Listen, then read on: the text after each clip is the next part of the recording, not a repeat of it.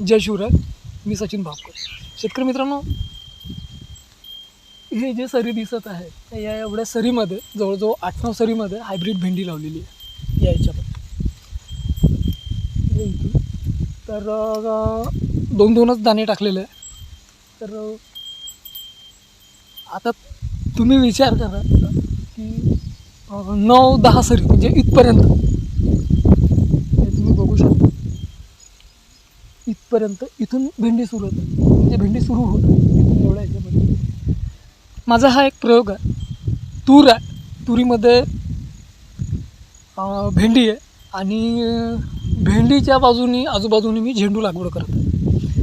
तर झेंडू लागवड याच्यासाठी करत आहे की परागीभवन, त्याच्यानंतर मधमाशाचं वावर जास्त राहील आणि कीड रोग जो झाडांना होते तो कमी राहण्यासाठी झेंडू एक चांगला आहे, कारण झेंडूवर कीड रोग आकर्षित होते. त्यामुळे झेंडू लागवडी करत आहे. पण आता सध्या जी आहे म्हणजे सध्या जे मी या साईडनी या 9-10 सरी याच्यामध्ये हायब्रिड भेंडी लागवड केलेली आहे आणि हे इथून तर त्या तिथपर्यंत पूर्ण तूर लागवड केलेली आहे. आणि या शेतामध्ये 7 किलो तूर लावलेली आहे, पूर्ण मिळून 7 किलो तूर लागलेली आहे. तर याच्यामधली काही वाढली आहे, म्हणजे काही राहिली आहे. जर समजून जा कुठे आता 8 दिवसानंतर समजून जाईल की कुठे उगवली कुठे नाही, तर मग अशा वेळेस परत त्या ठिकाणी ती तूर लागवड करावं लागेल.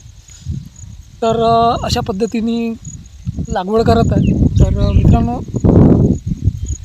तुम्ही बघू शकता मी थोडंसं उशिरा लागवड केली यासाठी की जमिनीमध्ये पाण्याचा निचरा आवश्यक होता, कारण पाणी विदर्भामध्ये ज्या पद्धतीने पाहिजे होता त्या पद्धतीने झाला नव्हता. आणि या ठिकाणी तरी भरपूर प्रमाणात झाला होता, म्हणजे काही प्रमाणात झाला होता. पण आता जो झाला आहे, आजची जी 4 जुलै 2025, तर आजच्या तारखेपर्यंत पाणी चांगलं झालेलं. म्हणूनच मी आज हे डिसिजन घेतलं की आता लागवड करायची.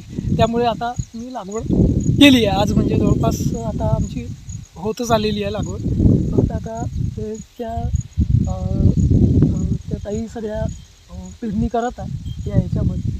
आणि चॅनलला सबस्क्राईब करा. तर तुम्ही तुमच्या कमेंट्स नक्की सांगा, म्हणजे हा जो आहे हा कसा वाटला. म्हणजे पाणी साथ देऊन राहिला आहे. नाही तर थोडंसं सकाळी टेन्शन होतं का म्हटलं पाणी जर आला तर कसं, पाण्यानं साथ दिली.